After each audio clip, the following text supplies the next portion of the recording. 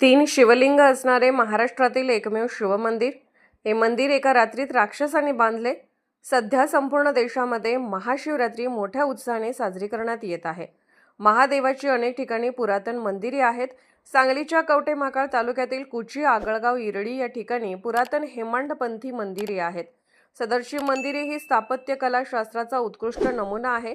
कुची येथील असणाऱ्या शिवमंदिराचा इतिहास अतिशय रोमांचक असून या ठिकाणी एकाच मंदिरामध्ये 3 शिवलिंग आहेत. हे मंदिर राक्षसाने एका रात्रीमध्ये बांधले असल्याची आख्यायिका सांगितली जात असली तरी या मंदिराचा इतिहास गावातील कोणालाही संपूर्ण माहिती नाही.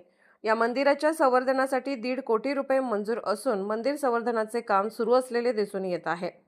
महाराष्ट्र वेद न्यूजसाठी मुख्य संपादक लक्ष्मण सनगर, कवठेमहांकाळ. मौजे कुचे, तालुका कवठेमहांकाळ येथील महादेव मंदिर हे पुरातन इसवी सन पूर्वीचे असून ते हेमाडपंथीचे बांधकाम आहे.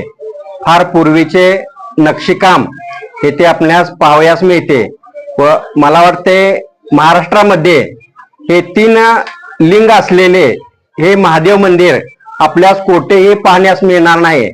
पण मौजे कुची येथे हे अतिशय उत्कृष्ट असे 3 लिंगी महादेव मंदिर असून फार पूर्वीचे पुरातन हेमाडपंथीचे बांधकाम आहे.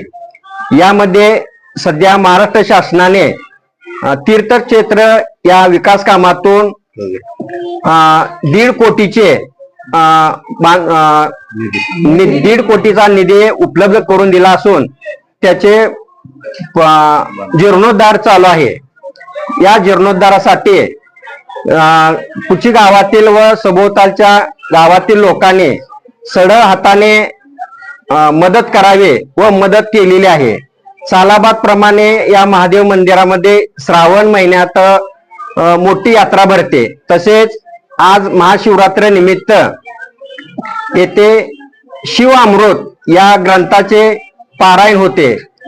तसेच चालू आहे पारायण चालू आहे व महाप्रसादाचे वाटप गावकऱ्यामार्फत सढळ हाताने केले जाते.